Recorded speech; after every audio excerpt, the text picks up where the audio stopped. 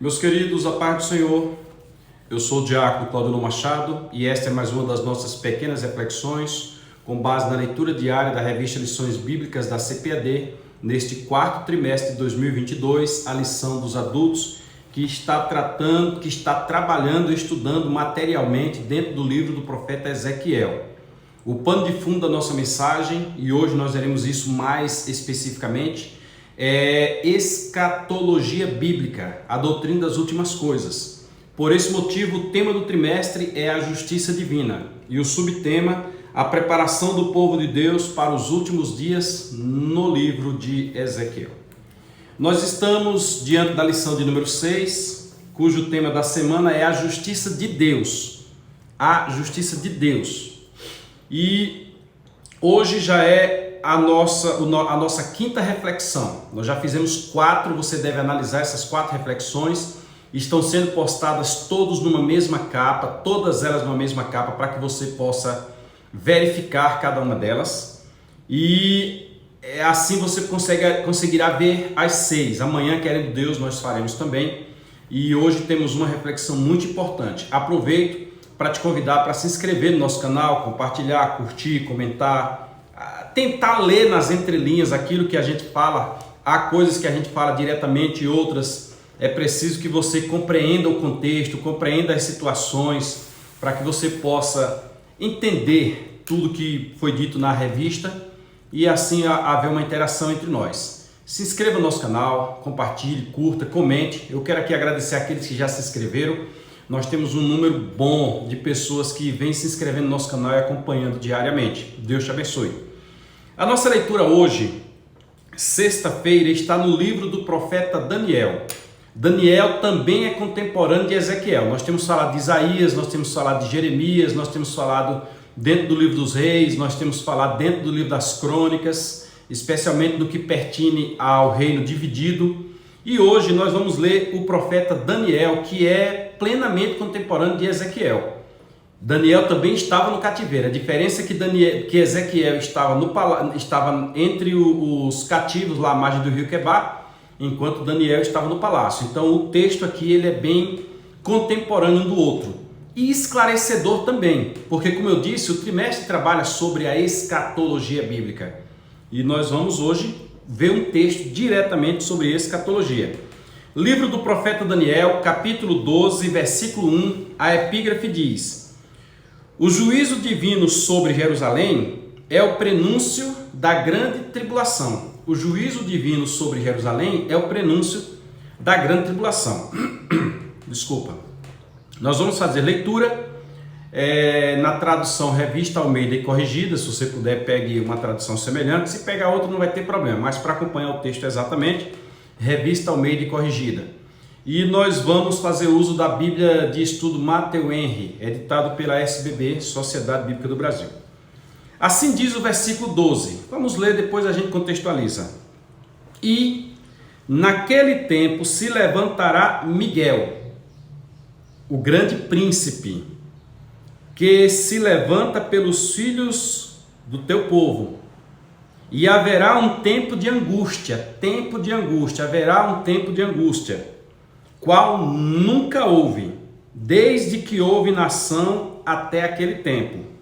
Mas, naquele tempo, livrar-se-á o teu povo. Está falando aqui de Israel. Todo aquele que se achar escrito no livro. O teu povo, aqui talvez tenha faltado uma preposição, e todo aquele que se achar escrito no livro. Pois bem, vamos compreender a situação para que nós possamos melhor entender o caso. Daniel estava cativo entre os demais lá em Babilônia.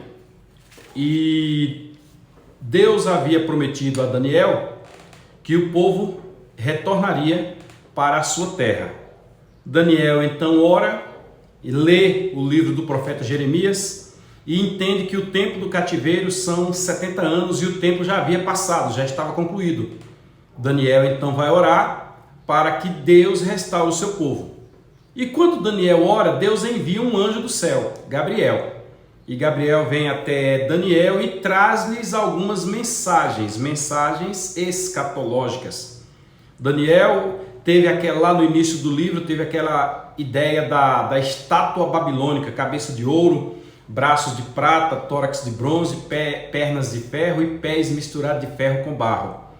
Depois Daniel teve a visão de animais ferozes e assim ele foi tendo visões, até o momento em que o anjo vem até ele e fala das 70 semanas.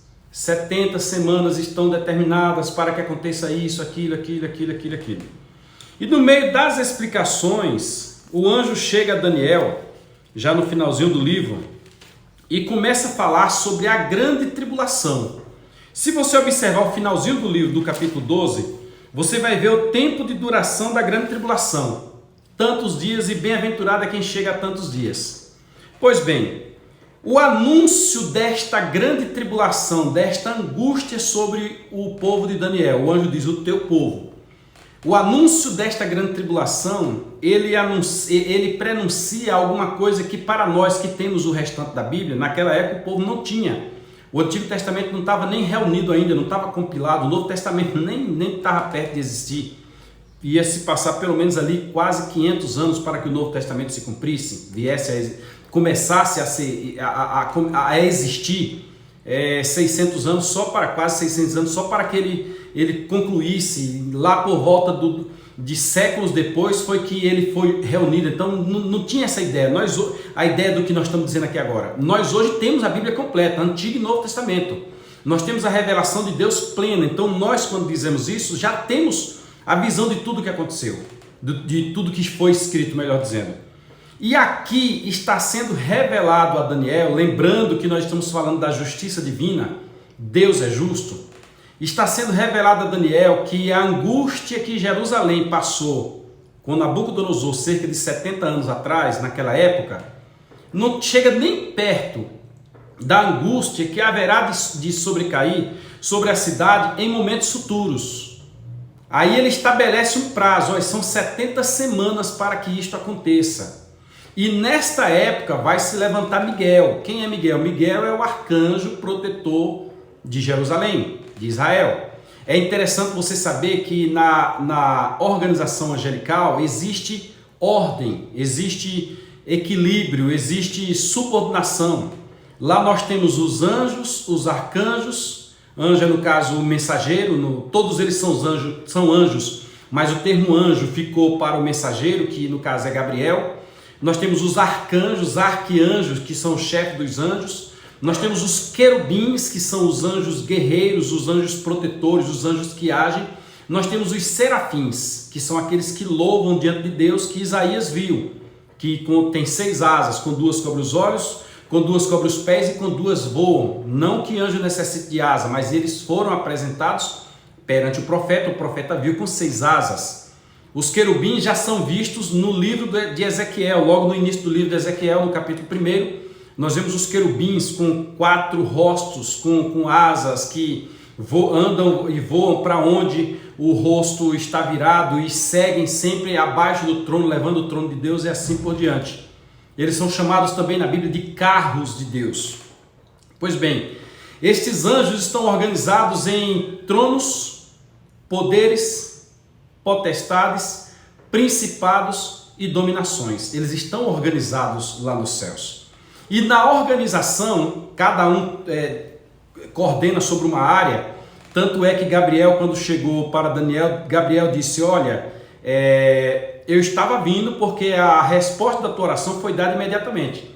Mas o príncipe da Pérsia, quer dizer, o demônio, digamos assim, que atua sobre a Pérsia, porque enquanto você tem os anjos, você tem também os demônios com uma organização semelhante. Haja vista que Satanás era deste mesmo grupo, faz parte de 1/3 que foi destituído, que foi deposto, e tem também sua organização.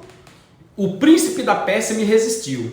Aí ele fez contato com o mesmo Miguel que ele está referindo aqui. E Miguel então veio, abriu passagem, Gabriel passou e trouxe a mensagem, entregou a mensagem a Daniel.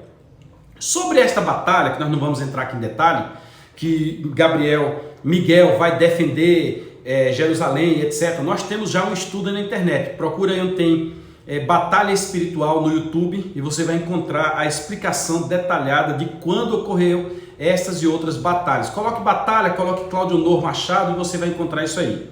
De sorte que Gabriel está revelando que Miguel vai atuar no momento em que houver a grande angústia. Haverá uma grande angústia, como nunca foi vista, está aqui no versículo 1 que nós lemos, como nunca foi vista, e neste momento Miguel entra em cena para batalhar e prender o dragão. Miguel vem e prende o dragão, que é Satanás, e lança-o no lago de fogo e enxofre. Ele vai ser preso por 1000 anos, desculpa. Prende o dragão, ele fica preso por 1000 anos, depois de 1000 anos ele é solto por um pouquinho de tempo, depois disso ele vai lançado no lago de fogo e enxofre. Ocorre que este problema, este momento, esta angústia está dentro da grande tribulação. A grande tribulação é um período de 7 anos. É um período em que Deus vem julgar a terra e a nossa revista fala justamente do juízo divino. E aqui nos compete trazer para vocês a ideia das dispensações. Inocência, consciência, governo humano, patriarcal, lei, graça e milenial. Cada uma dessas dispensações, conforme nós encontramos na Bíblia Sagrada, começou com uma oportunidade. Na inocência Deus deu uma oportunidade, na consciência Deus deu uma oportunidade, no governo humano Deus deu uma oportunidade. E todas essas oportunidades foram acompanhadas de ordenanças de não descumpra.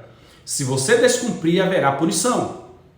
Infelizmente, também tem a punição para o descumprimento.